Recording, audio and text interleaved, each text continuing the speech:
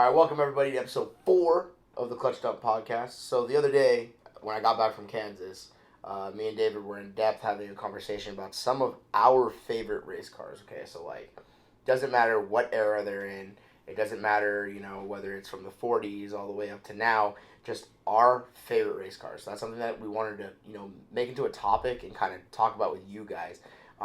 Make sure you comment down below your favorite race car. So we're just gonna go around the room and kind of talk about what we like about these cars, maybe if you like the same cars we like, and relate, make conversation, stuff like that. So, me, I am going to start out with the 917. So, the 917 is one of my favorite cars of all time. The story behind the 917 is actually really funny. One of the things that they did for the 917 was back then they had regulations that you needed to have luggage inside the car.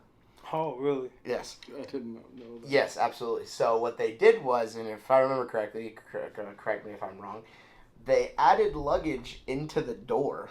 So when they made the cars in production, they sat there and they were like, no. No luggage can fit in this. Where's the luggage at? And they're like, no. You can fit a helmet and a bag right inside the door, right here. And the 917 was born. And just for clarification, what year is it? What engine does it have? It's a flat 12, right? Yeah, it's a flat 12. 5 liter. 5 liter, flat 12. So the DNA for the 917 was so good that they just kept using it for a while. Yeah, they used it for a while. And I think that's first of all, the Gulf livery. If you haven't seen the Le Mans movie with Steve McQueen in it, where he actually, recorded Le Mans cars, and he is driving a 917K, if I'm not mistaken. That is just the livery, the history behind it, just everything behind that car. Just the noise. Oh, God, man. The pure noise behind it is just ridiculous. And, it won. So, yeah. With that being said.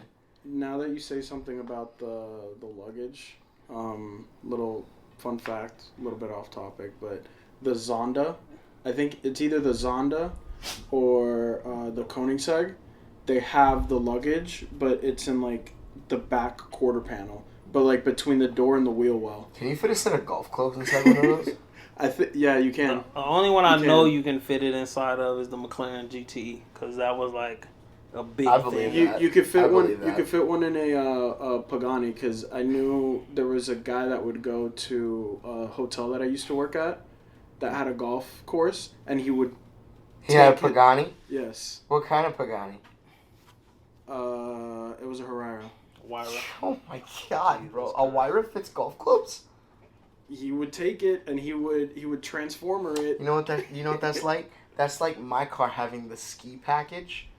So and this is way off topic real quick, guys, but the car that I have, the 335 IS, and the 335s actually, they came with a package called the winter package. Okay, so the winter package added something, and I can't remember what it was. But then you have the ski package, and the ski package allows the back seats to be, there's a lever on both sides to fold down. So you can fit skis inside. Really? Who is fitting skis inside an E92? Somebody got to make it work. I mean, there is that one guy who drifted an F40 through the snow, so I get it. But really, in an E92? Come on. Anyways, way off topic. 917, I have it on my wall right there behind you guys. Yeah. It will forever be one of my favorite race cars of all time. I know everyone can relate to that car in some way, so... Yeah. Next up, what's yours? Pretty easy for me. Audi R18. I knew it was gonna pick that one. LMP1 car. Mainly, the engine is just cool. It's nasty. Yeah, it's nasty, bro. It's a bit more common now, but it's 120 degrees, so it's super wide. Turbo diesel, right? Turbo diesel. Big, oh my God. Big fat turbo diesel. Turbo diesel. And I believe that was the first hybrid to win overall at Le Mans. So Audi already had their diesel win.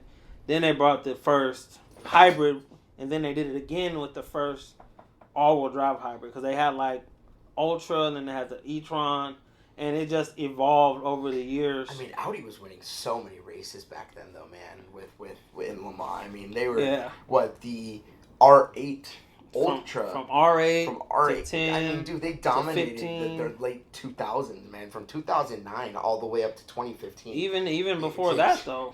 You look at a poster of Le Mans winning cars, it's Audi, all throughout the mid 2000s. Audi. It's ridiculous. Peugeot will give them a fight every once in a while. That's true. Then Porsche came back.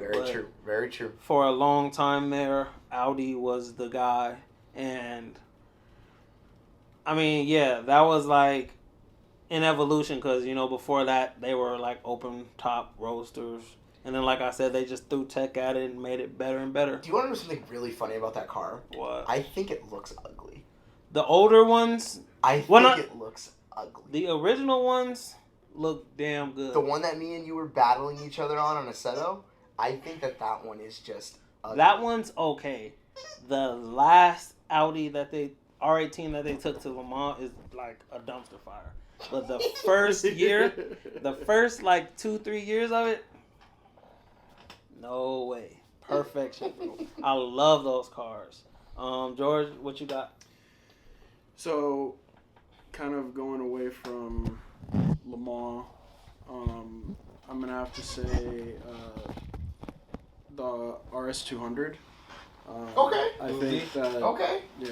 Yeah. I think that is just like, and I don't really know a ton about motorsports. I'm a fan. He's a noob. That's what he is. Yes. He's a noob. But I just feel like the RS200 is just it's a very nice looking car. What was that? A turbocharged 4?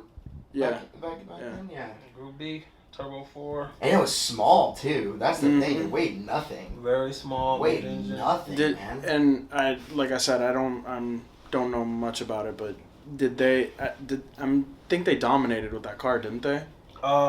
Group B was kind of crazy. Group B was like all over the everyone place. was winning. Yeah. Yeah. Like, Audi's got off to the roll. It's just funny because the Quattro started it, right? With all. That's another car. And then the other thing is like. Every single Group B car is legendary. I don't think there's not one Group B car that's actually a legend. Even the MG Metro is like, people are like, yeah, man, that MG Metro. Yeah. And you're like, MG Metro? Like, I don't even think it's just the cars. I think it's like, we're all willing, as manufacturers, we're all just going to do whatever it takes. To win. Yeah, whatever we want. Yeah, that's the. I think that was like for at least rally. That was like the pinnacle of rally. The guy who died in the Lancia, dude. Like there's the guy that they asked. I can't remember. He was a famous WRC Group B driver, and he was like, I was terrified every time I stepped in that car. Like I didn't want to drive that car. Like it was bad. Yeah. Moving on with the cars though, 956. 956? 956, bro. Over 962? Oh, no, 962. I'm sorry, 962. Short tail? They're the same thing, though, aren't they? Aren't they, like, similar? They are so close where on the outside they're the same, but the motor the engine is different, yes. And I believe there's more. The 962 is safer. I know that for a fact. When you have to have a competing manufacturer take their car and say, I don't care what it takes, I need you to beat the 962. That's how you know you got a winning car right there, man. Jaguar, back in the day with the XJR 9, yeah. I think, they literally made that car just to beat the 962. That's another beautiful car, the XJR. It's so weird though, man. It's weird, but it's so weird, bro. It's weird looking because it has the back cover on the wheel, cover. So it has more aerodynamics. But the 962 dominated from the 80s, I think, all the way into the 90s. Yeah, mid 90s. What's funny about that is like, I think. As Group C died, GT1 came into the picture. Absolutely. But somebody worked a 962 back in there, and that's when we got the Dahmer Dahmer, whatever it is. Yeah. That's when we got that one, and that was in 1994, I believe. And I think that was the long version too, right? Well, I would imagine so because, I would think it's the long tail, but Maybe we gotta find a clip of these cars battling. It's definitely the black one. It's ridiculous. We gotta insert a clip right here of these cars battling from somewhere. It is just stupid. So it's so cool. Maybe going a little off topic, but on topic. I don't think I ever told you this, Josh and David, but I actually transported a gentleman. I'm an EMT. This is my regular job. It's his day job. It's my day job. So I transported a gentleman that actually won at Le Mans. What? With Porsche. Yeah. What? Uh-huh. What? Damn. Back in, I think it was like the mid 80s, maybe. What was he driving?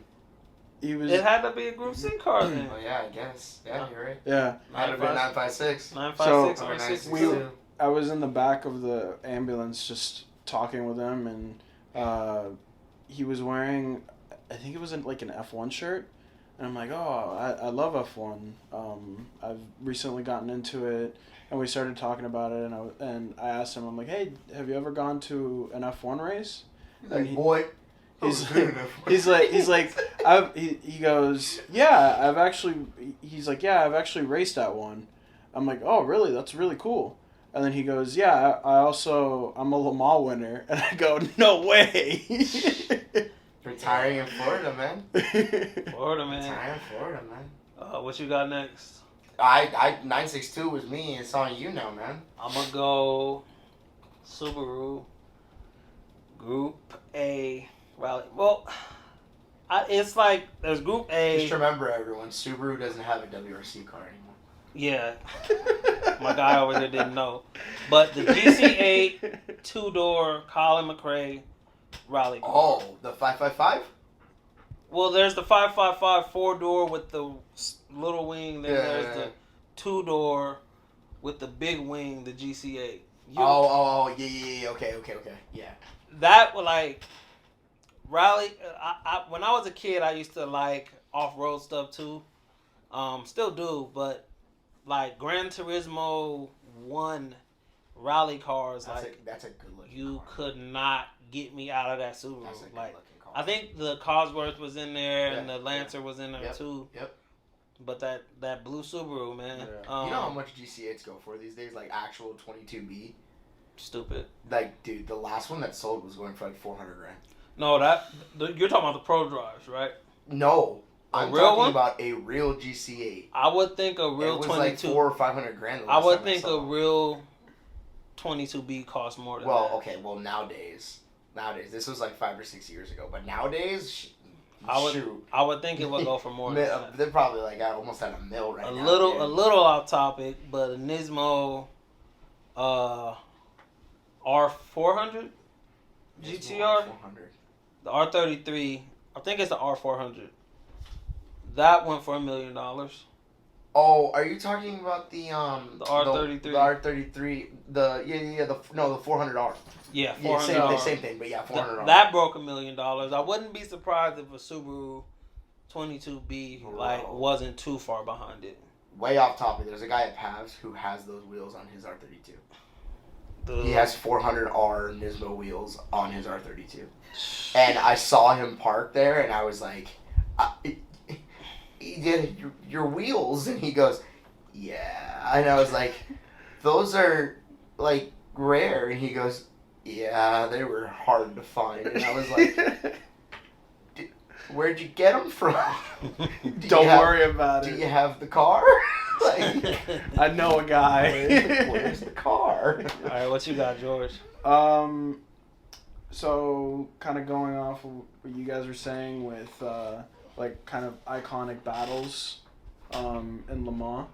I think some of the more iconic like new age battles definitely have to be like the C7R. That's a damn good car. Or like the C6R.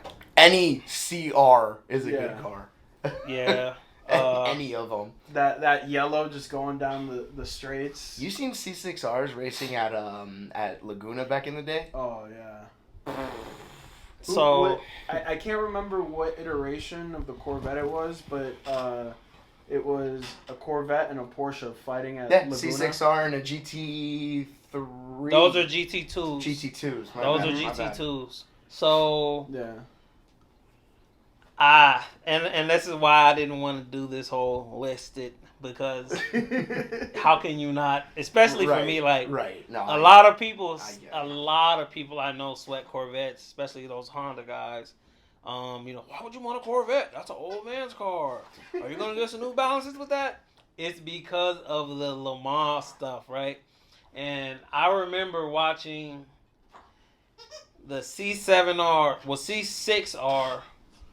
GT1, so with the 7-liter 427 Corvette Z06 motor, race against the DBR9 Aston Martin. And not to just take over your listing, but yeah, I agree with that one 100%. Yeah. C6R, or was that a C7R? No, it was a 6. It's a 6. At Le Mans, huh? But you got to remember, the 6 changed from GT1 to GT2. Do you want to know what's funny? I think I watched that race live of the DBR9 versus that car at Le Mans. So, and it came down to the last lap, if I remember correctly. So you might be thinking about the C7. C7. Okay. The C7.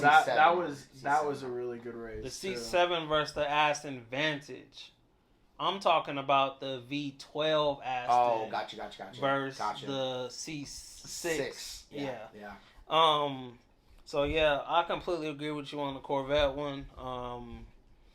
Yellow Corvettes. Honestly, like I ain't gonna say I regret. It just sucks that like I got to see the first race with the C8R, but I missed the C7s.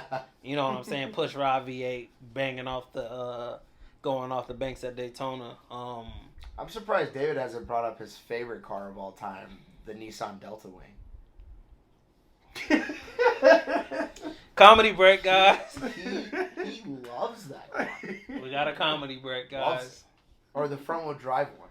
Well, I don't even know what that one is. That's the GTR LM Nismo. There you go. He loves that. That his favorite simulator, his favorite full-blown race simulator has, where you just lose in all the corners and catch everything on the straights. So bad. In Gran Turismo Sport, right? Your favorite? So bad. Or was it GT7? Which I know you love both of them. I love both of those games. Oh yeah, you know the sad thing is GT Sport has an actual campaign.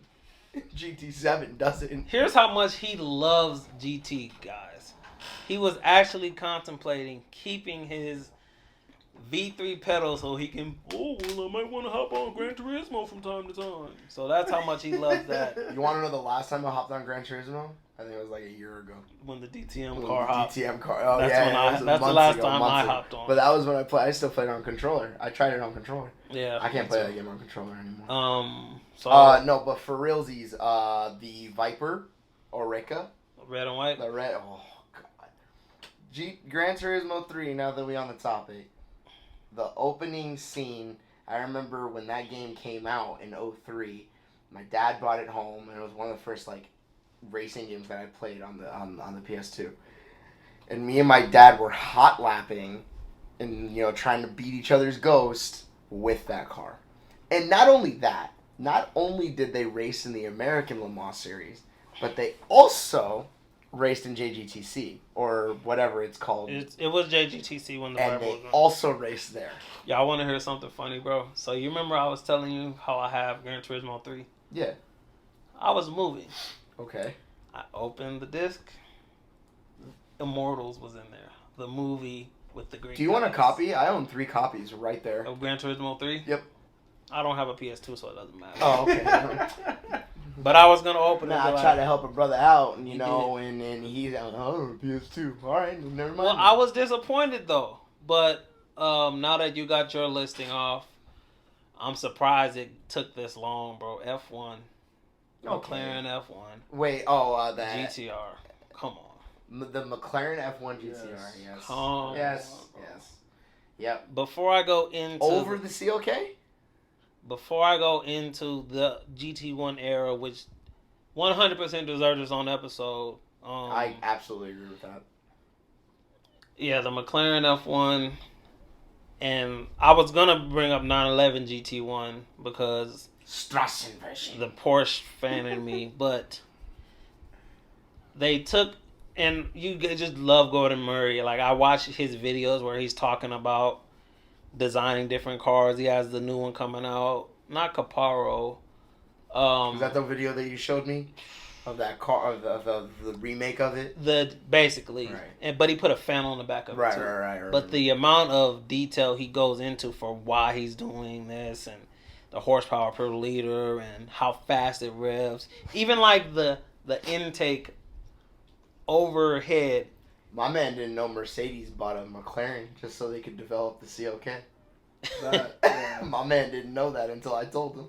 Yeah, I seen the pictures of the CLK F1 bodied monstrosity, because that's how serious it was. But that's like, I thought about doing favorite eras, decades. You guys know what I'm gonna go with. I don't know what Josh is gonna go with. Josh likes older stuff. Don't say what you're gonna do. I do like older But stuff. yeah, McLaren's never flipped. McLaren F1 McLaren never flipped. was the first one. It won overall as a GT car. It wasn't supposed to win overall. It wasn't even like, okay, let's build the best race car. Porsche and Mercedes did that because the McLaren was just that good. I mean, they were winning everything. Like, they weren't just winning. They were winning everything. I mean, there's a reason why. How many F1 LMs were even made, street versions of them? It's just a cool car. It's just a cool car. Yeah, it's insane. Did you know that he originally tried to get a Honda V12 for it? I did not know that. Yeah. But do you know what? I remember that. Did you know this, actually? I just recently found out about this. The BMW 850 CSI, the engine in that car, the McLaren F1 is derived from that engine. Yeah, I know that. I didn't know that. But to go back to the Honda, he went with the BMW because it was something about the torque. It was something about the torque curve or the displacement that was like just that little percent better that Honda couldn't meet, that BMW could, and that's why he went with BMW. BMW's dope, bro. And then they have their moments. And then they gold plated the entire engine bay for cooling. Yeah, right. Come on. The F1 is just the luggage area is dope as hell it's too, just man. What's with you and luggage? Flips out, bro. Yeah, what is bro, we're talking about race cars and look, man. We saw a Ferrari F40 with Ferrari F40 luggage, and that's what keeps bringing me back to luggage. The luggage is worth more than my life. That luggage is insane. What you got, bro? What you got next, bro? So, I'm gonna say this one, but I'm surprised neither of you said it because I know both of you really like this car, the 787B. Oh God. Yeah, I'm actually surprised I didn't bring that one out yet. I'm so stupid. That, I believe, is one of, like, okay, what other company can say that their car got banned and rules changed because of their car? Well, you know that car started, that car was so loud that people were complaining around the track when it actually drove. Yeah, already. So, if I remember correctly, they made laws about the decibels of cars to an extent because of that car. Is this a safe space, guys? I don't know what you're going to say, man. Maybe. It is. It's a safe space. Your address isn't on the internet. Bro, I promise you, if you say something stupid, I swear, tell me you don't like that car. It's not that. I just like to lead on a little bit. It's not my favorite Group C car. I quit the podcast. Goodbye. You didn't even bring it up. You didn't bring it up. I should have, though. You didn't even bring it up. That's your favorite Group C car. 905. No. If I'm ranking them, I'm going to go 962. Okay. C11. Okay. 905, Peugeot, then Mazda, then Jag. I can't believe you put a Peugeot over Mazda. The Peugeot actually won more races. Fine. The Mazda got banned. Mazda got banned. I don't know. Either that he's right about. I am totally right about that. Hot take. I feel like a lot of people that don't necessarily like racing. Oh, I don't know racing, but I know the 787.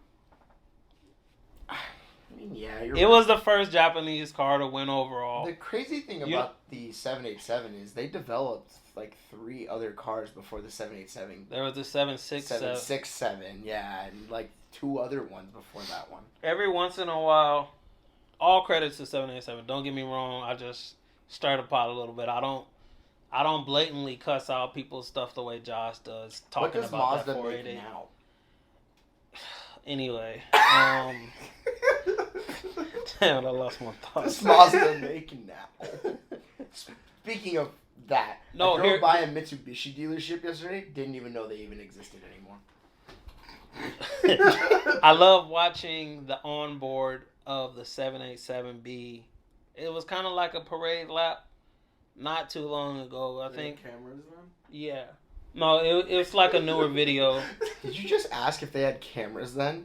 My dude, they have video of Senna lapping Monaco with one hand. You're They had cameras then. But yeah, no, it's a newer video, probably like 2011, 2012, or he's like in the driver's seat and you can just hear all the mechanical stuff. And you know what's funny is he wasn't going that fast because I've seen that video, but when he rips it down the straight, like it's loud, dude.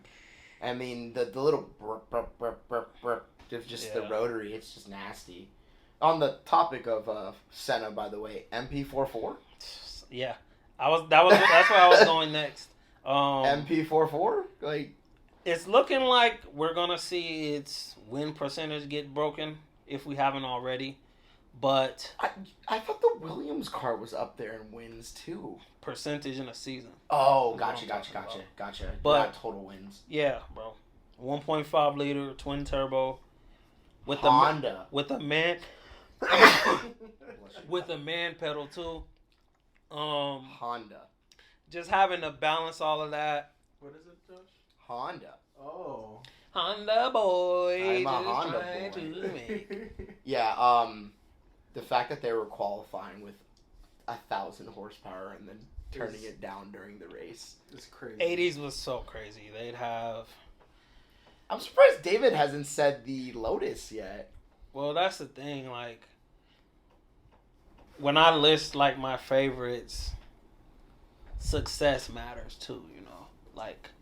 The car had, like, 1,400 horsepower. Yeah, no. It was powerful, but all the cars were. Didn't it have the McLarens active suspension too? The McLarens and the Williams beat that car, but that's, I mean, my favorite F1 driver, my favorite brand, of course that's up there. 98T, right? That's the one I'm thinking of. 98 and 97T were the black and gold ones. Then they did like 99T with the yellow camel. Yeah. We don't talk about that.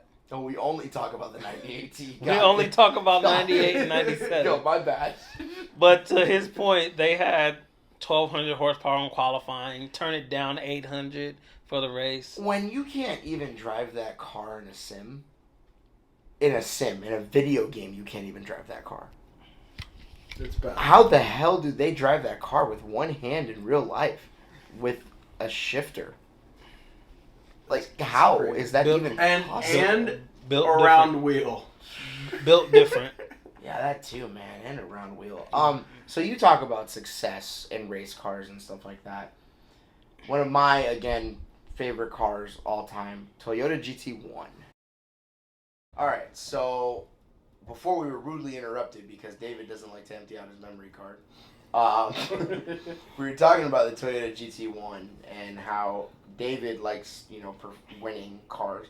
I like winning cars as well, but, cool cars are cool. So, Toyota GT1, driven one of the cars were driven by the Drift King, Keiichi Tsuchiya, and unfortunately, one of them didn't finish. One of them did, but they were beaten out by the Porsche GT1.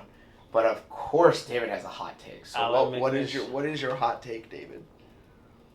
Let me clarify. Toyota GT1 is one of my favorite cars in one of my favorite eras. I mean, I'll make that crystal clear. There's a but here. But it is. They didn't even make. They put in zero effort to make a quote unquote road car. Okay, you're right. Yeah, You're right. absolutely no effort. Then they only made one. They only made one. Never sold it. One. But I think Never sold it. it was so clearly ahead of what the original F1 was and the 911 GT1. Yeah, I agree. That we had to get the Evos and the Strabon versions and all of that. Yeah. And those cars flipped. And ultimately, it hurt GT1 as a category, as if they done more of a street car that was equally as badass instead of just going above and beyond. Right. But with that being said, that's one of the best looking prototypes, especially in the red and white with black. But even just like the red and white with the white like triangle in the front with the Japanese flag on the side. They don't do road versions of race cars anymore, do they? They were supposed to. They don't have to sell. They were supposed to with the new hypercar regulations, but see, I think that is a golden age of racing. Saying, hey, you have to make road cars of this. Is dude. 917 was that. 962 was that. Dude. 908 was they that. They made a CLK convertible. They made one. It's pretty sick though. It's so sick. They made one CLK LM because they switched the race car version to a V8 because they knew they could get the power from a V8 and gain some efficiency. But did it have luggage? Here we go. Jesus Christ. So with that being said, yeah, that's kind of going back to the Toyota. The GT1 era was Gazoo Racing created yet? No. That's like early 2000s. Gazoo is like that's like a new rebrand. Yeah, it's GR is a new brand. To your point about the GT1, I wouldn't even say the Porsche beat it. The Porsche won, yeah. But they had mechanical failures. And it was the car needed a brake change. Oh, gotcha. So the Toyota was the best car, right? Like bar none. And again, to the point of this is a prototype dressed up to be a air quotes road car. Oh, right. The Toyota didn't flip over or anything because it was already a prototype. It's so good. It's just so good, man. Yeah, and honestly, that car should be in more sims. I agree. It's not. How did we get the Nissan before we got the GT1? Because it's wacky and wild. What? What? Wacky and wild. One of my last cars that I'm going to talk about, the IMSA Audi Quattro. The S. Man, don't pretend you're no Audi fan. Oh, I am of that car. They banned all-wheel drive just because of that car. Oh. And then they added weight to it. They added weight to it, and it's still He's talking about the 90. Uh-huh. Yeah. They added weight to it, and it's still won. Let's not forget how great it looks with, with the wheel, the BBS wheels that it has on it. I think they're BBS wheels. And the wide body that it has on it too. Yeah, that was so fun. They made them add a bunch more weight and stuff. Imagine having a car that is so good that they say, "Okay, you can't do that. Add weight, and you still win." Valid. And then they banned it. Like, come on, man. Such a great looking car. And I think a lot of these cars, to me, is the history behind them. Like the Whittington Brothers 935. Like, that is the a cool story behind That is it. a cool story. During qualifying, they hit a bottle of NOS inside the car. And they were going like... I didn't even know that. They were going so much faster. Are those the same guys that had like that were doing selling they drugs? were importing marijuana, and that's how they were able to buy. Like yeah, so that's hilarious. So if you don't know the story, I'll say it real quick. Go a little further, yeah. They wanted to race cars, and back then the 935 was just the dominant. It was so Moby Dick, right? Mm-hmm. It was just so dominant, man. They, if I remember correctly, bought a racing team, but they weren't able to drive the cars. So they went up to the guy, the engineer or whatever, and they were like, hey, we want to drive the cars. And he was like, okay, buy them. And they went, okay. And dropped a bag of cash at his feet. Didn't they originally... The guy originally said something along the lines of, like, you're not good enough or something like that. And then they won. They won. They did it at the Nürburgring too, if I remember right. Didn't they buy the car at the Nürburgring? Yes, dude. And they won. Jesus. All right. If I had to do, you got anything more you want to add on that car in particular? No. I'm just for me, racing and the greatest car of all time in racing. Is about the David.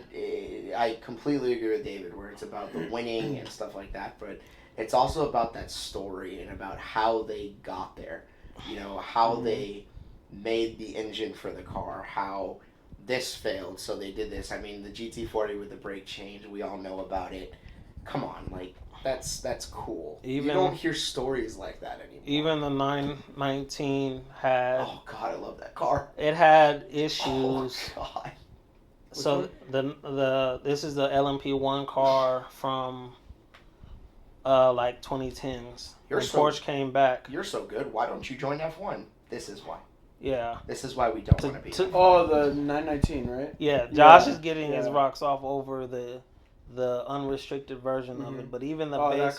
that car is crazy. Even the base version though, like to his point. That was actually one of my cars that I was gonna name. The V4, it had like vibration problems. Yeah. So they changed the crankshaft in firing order, and the next year they won. Like, that's so cool. Yeah, that's so damn cool, man. Yeah, that's cool.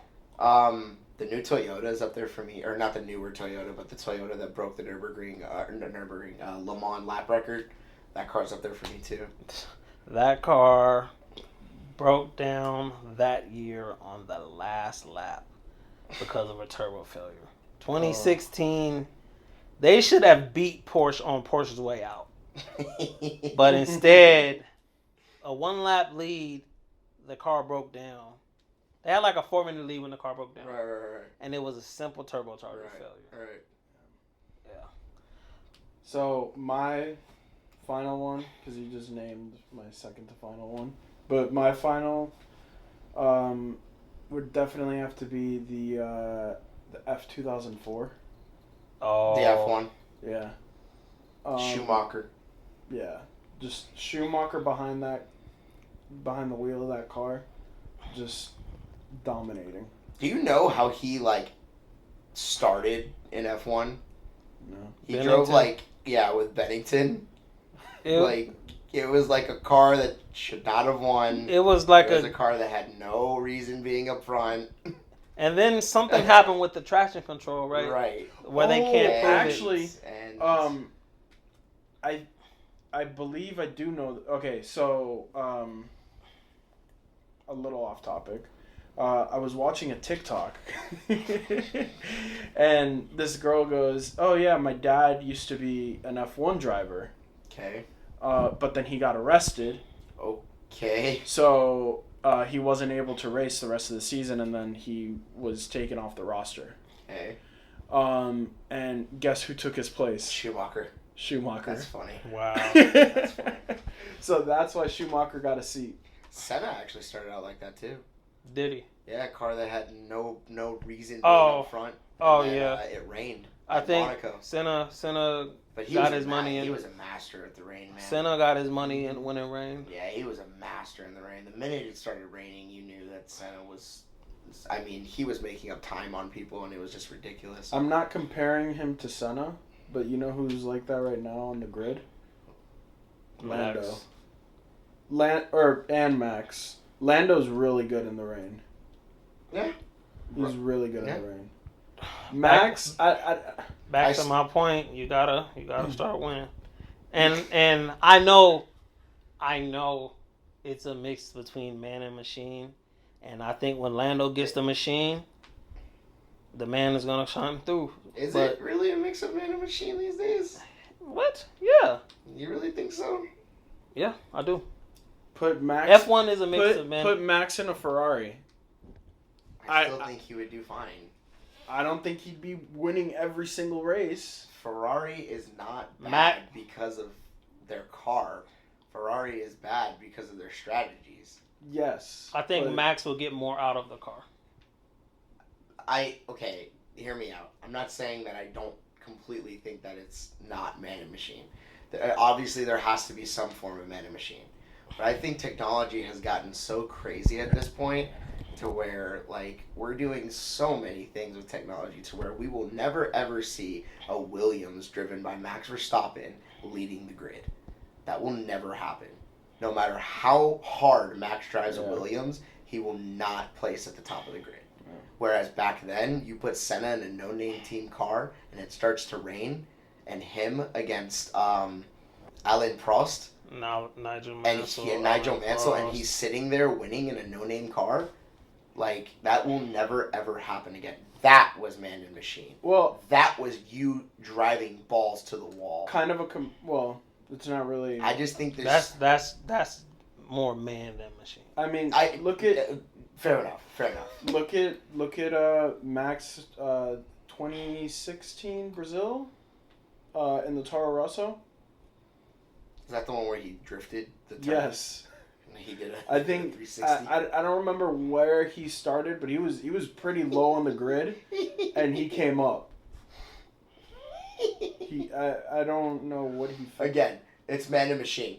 I get it, but it's not as man and machine as it once was.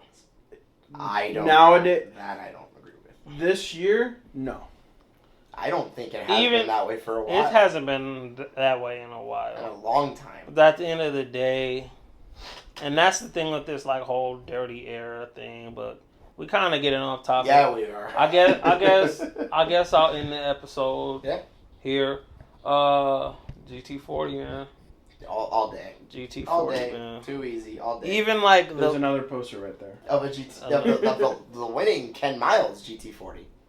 Yeah. Well, the actual true winning Ken Miles GT40. And I think the new version of it, the 2016 one, deserves some. I do too, actually. Deserves some love. Because they came back and won, didn't they?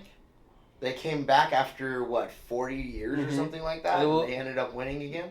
I don't know if it. I think the early 2000s one went. Okay. It just didn't do. It just didn't do good. Yeah. Quietly kept. I think what Ford did was smart because they started testing twin turbo V6s. I was literally just about to say that. The weird Daytona prototypes, the ugly ones. And it was definitely a big thing for them to use a twin turbo V6. And they EcoBoost, and they've marketed the heck out of that EcoBoost. Yeah. But and then they dropped the same type of basically not the same motor, but in the Raptor. And that was a big thing too. People were like, "Why isn't it a V8?" Mm-hmm. And everything's EcoBoosted now. But I mean, even like the original GT40, we all know Ford vs Ferrari. Fantastic movie if you haven't seen it. Yeah, but 2016, 1, 2, 3 finish. Yeah, 2016. Talk to me about the 1, 2, 3 finish. That was a special. That was a special car, and I'm glad it went out. I'm glad they came in swinging like that. Only thing I wish we got to see that GT versus this mid-engine Corvette. And with that being said, cool. That would have been really cool. Actually. I would Yeah. long. That's what sim racing is for. So See y'all on the virtual track. see y'all in the virtual Anyways, track. guys, we hope you enjoyed this episode. Comment your favorite race car down below. If you liked ours, start a conversation. Maybe I can yell at you a little bit about, whatever David's hot take was. Yeah, If that's it what has I was luggage, gonna say. Just wanted to say the 488 is trash, as always. Just throwing that out there.